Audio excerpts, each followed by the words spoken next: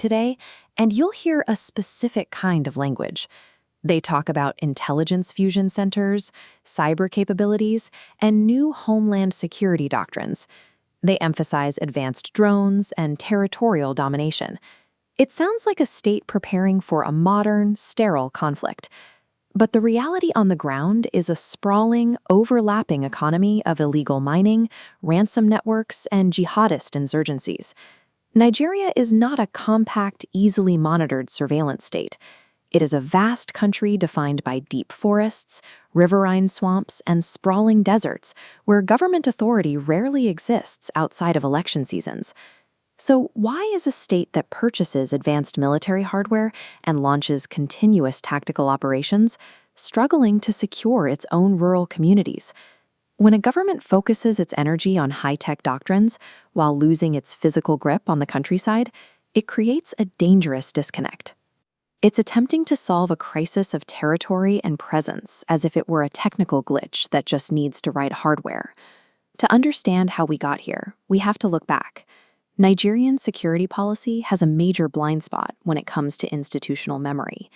The government has faced a massive explosion of nationwide criminality before.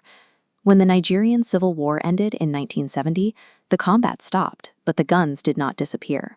Military-grade weapons flowed out of armories and into civilian hands, while former combatants turned wartime tactics into peacetime criminal enterprises. The military government responded with overwhelming force. They created anti-robbery task forces, weakened due process, and staged public executions to frighten criminals into submission.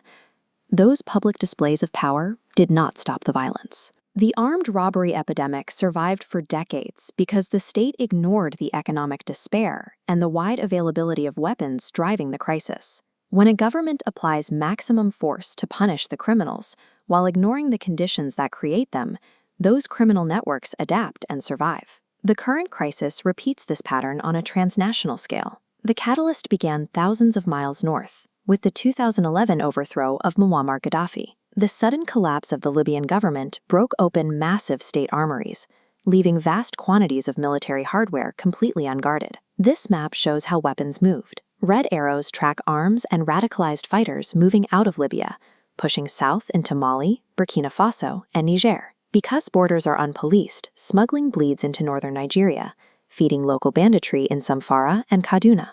Down on the ground, the lines between foreign mercenaries, extremist networks, and organized cattle rustlers blur entirely. The armed groups terrorizing Nigerian communities did not emerge in a vacuum. They are the southernmost edge of a sprawling cross-border insurgency corridor. A government cannot defeat a transnational supply chain with isolated airstrikes. Drones might hit a camp, but they cannot hold territory. When the military operations pack up and leave, they leave behind a governance vacuum. There is no one to resolve local disputes, rebuild the local economy, or protect the residents. Criminal groups immediately step into that void. They take over the functions of the state, collecting taxes from the locals, hiring unemployed young men, and acting as judges. Politicians frequently go on television and claim confidently that the sponsors are known.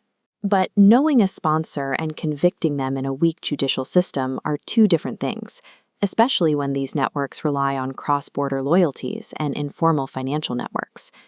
By taking over the daily functions of government, these armed groups effectively replace the state. The social contract has collapsed at the grassroots level.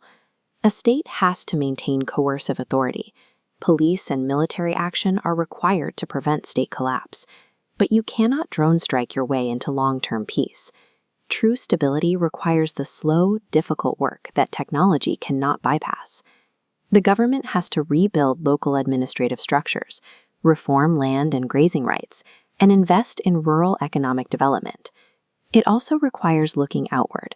Nigeria has to engage in serious regional diplomacy and build genuine cooperation with its neighbors to stabilize the wider Sahel.